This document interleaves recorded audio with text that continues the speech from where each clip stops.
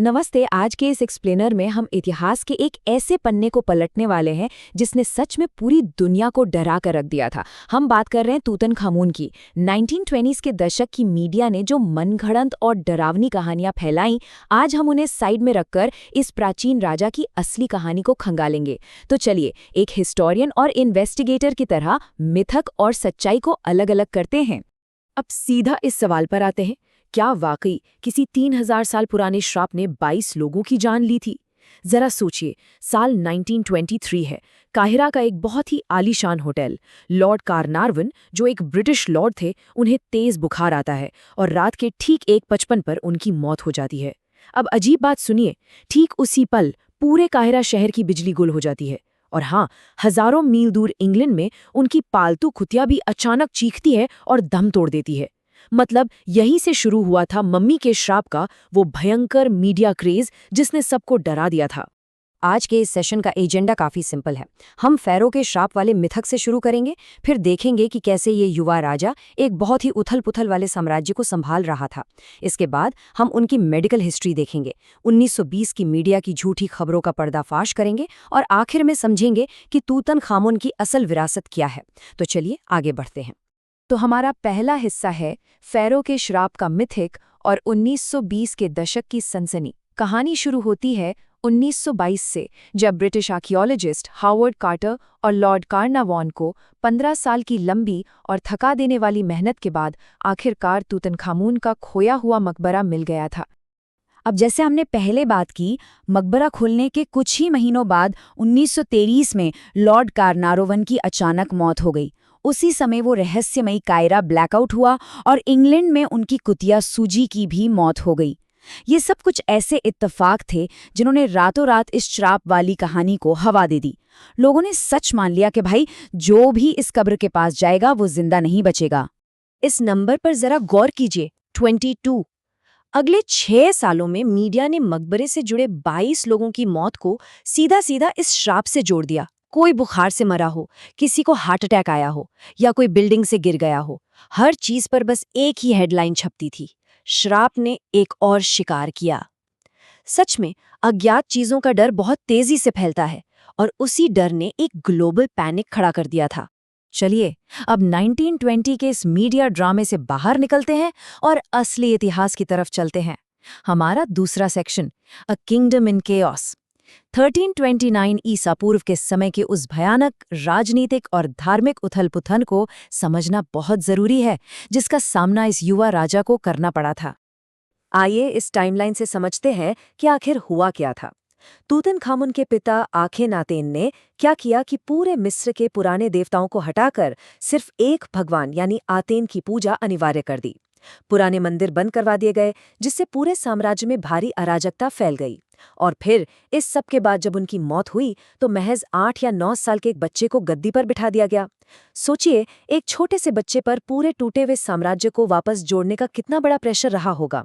उसने आते ही अपने पिता के फैसले पलटे और देवताओं को सम्मान वापस दिलाने के लिए अपना नाम बदलकर तूतनखामुन कर लिया। अब इसमें सबसे दिलचस्प बात पता क्या है? एक राजा जिसे सबने भुला दिया, उसी चीज ने उसे बचा लिया। तूतनखामुन असल में एक बहुत ही अलोकप्रिय ब्लड लाइन से था, तो उसके बाद जितने भी राजा आए उन्होंने जानबूझकर उसका नाम हर रिकॉर्ड से मिटा दिया। और इसी का नतीजा था कि 3000 सालों तक लुटेरों को कभी भनक ही नहीं लगी कि वैली ऑफ द किंग्स में ऐसा कोई मकबरा मौजूद भी है। अब आते हैं सेक्शन 3 पर, द मेडिकल रियलिटी। ये हिस्सा एक फ़ारो की उस देवता वाली छवि को तोड़कर उसे एक असल इंसान के रूप में हमारे सामने रखता है। जब 1968 में एक्सरे और मॉडर्न ऑटोप्सी हुई तो जो सच्चाई सामने आई वो किसी भी तथाकथित श्राप से कहीं ज्यादा दर्दनाक थी। ये मेडिकल डेटा देखिए। प्राचीन मिस्र के शाही परिवारों में इनब्रीडिंग की प्रथा थी, यानी अपने ही करीबी रिश्तेदारों में शादी करना। इसके गंभीर जेनेटिक नतीजों की वजह से तूतनखामुन को क्लब फुट की गंभीर बीमारी थी, मतलब उसके पैर टेढ़े थे। उसे कोहलर्स डिजीज था, जिसमें हड्डियों में भयानक दर्द होता है, और आधुनिक जांच में मलेरिया के इन्फेक्शन के भी पक्के सबूत मिले हैं। इन्हीं सब शारीरिक बीमारियों के कारण सिर्फ 18 या 19 साल की कम उम्र में ही उसकी मृत्यु हो गई थी। और ये नंबर पूरी कहानी साफ कर देता है। 130। कार्टर को मकबरे के अंदर 130 वॉकिंग स्टिक्स यानी चलने वाली छड़ियां मिली थीं। ये इस बात का एक बहुत बड़ा फिजिकल सबूत है कि दुनिया के सबसे महान साम्राज्यों में से एक का राजा बिना छड़ी के सहारे एक कदम भी नहीं चल सकता था।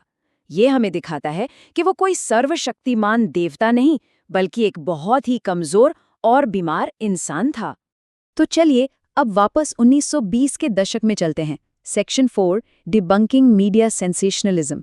अब हम विज्ञान, लॉजिक और हिस्टोरिकल फैक्ट्स का इस्तेमाल करके इस श्राप की थियरी को पूरी तरह से डिबंक करेंगे। सबसे पहला झूठ देखिए। मिथक ये था कि मकबरे के बाहर एक पुरानी मिट्टी की पट्टी मिली है जिस पर लिखा है कि जो राजा की नींद खराब करेगा, मौत उसे पंखों पर उड़ा ले जाएगी। लेकिन रियलिटी ये पूरी तरह से एक फेक न्यूज़ थी। मकबरे के सिक्योरिटी इंचार्ज ने सालों बाद बताया कि जब एक रिपोर्टर ने उनसे श्राप के बारे में पूछा तो उन्होंने बस यूं ही मुस्कुरा दिया।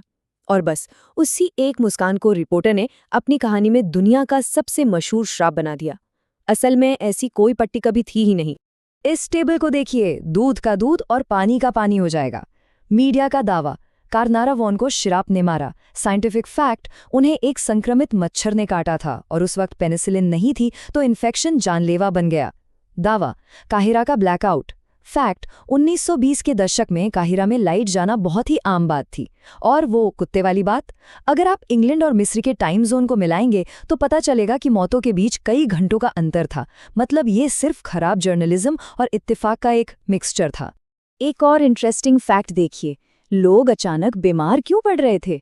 मीडिया ने बोला जादू टोना है, लेकिन 1963 में काहिरा यूनिवर्सिटी के डॉक्टर ताहा ने पता लगाया कि मकबरे में काम करने वालों को सांस की तकलीफ एस्परजिलस नाइगर नाम के एक फंगस की वजह से हो रही थी, जो कि 3000 साल से बंद मकबरे में आराम से पनप रहा था। और सबसे मजेदार बात, इसका इलाज नॉर्मल एंटीबायोटिक से किया जा सकता था। कोई अलौकिक श्राप नहीं था यहाँ। और अगर अब भी किसी को डाउट है तो इन्वेस्टिगेटर जेम्स रैंडी का ये डेटा आपको हैरान कर देगा। उन्होंने चेक किया कि मकबरे के खुलने के वक्त जो लोग वहां मौजूद थे उनकी औसत उम्र क्या थी।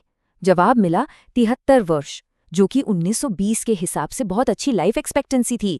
गणित के हिसाब से देखा जाए तो श्राप तो बिल्कुल फेल हो गया, बल्कि जो लोग वहां गए उन्होंने ज्यादा लंबी और हेल्दी लाइफ जी। अब इस चार्ट को देखिए, ये सब कुछ क्लियर कर देता है। अगर कोई श्राप होता तो सबसे पहले किसे मरना चाहिए था? जाहिर है जिन्होंने मकबरा खोला। लेकिन लेडी एवेलिन जो सबसे पहले अंदर गईं, वो 78 साल की उम्र तक जीवित रहीं। डॉक्टर डगलस डेरी जिन्होंने मम्मी की ऑटोप्सी की, वो 87 साल तक जिए। और हावर्ड कार्टर जिन्होंने ये पूरी खोज की थी, वो डिस्कवरी के 16 साल बाद तक जिए और 64 साल की उम्र में उनकी मृत्यु हुई।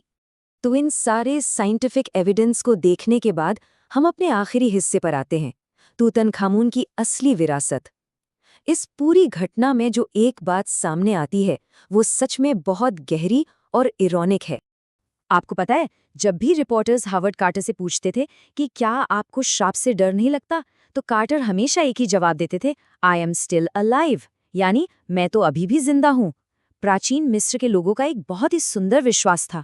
वो मानते थे कि एक इंसान तब तक सच में नहीं मरता जब तक दुनिया उसका नाम लेना बंद ना कर दे।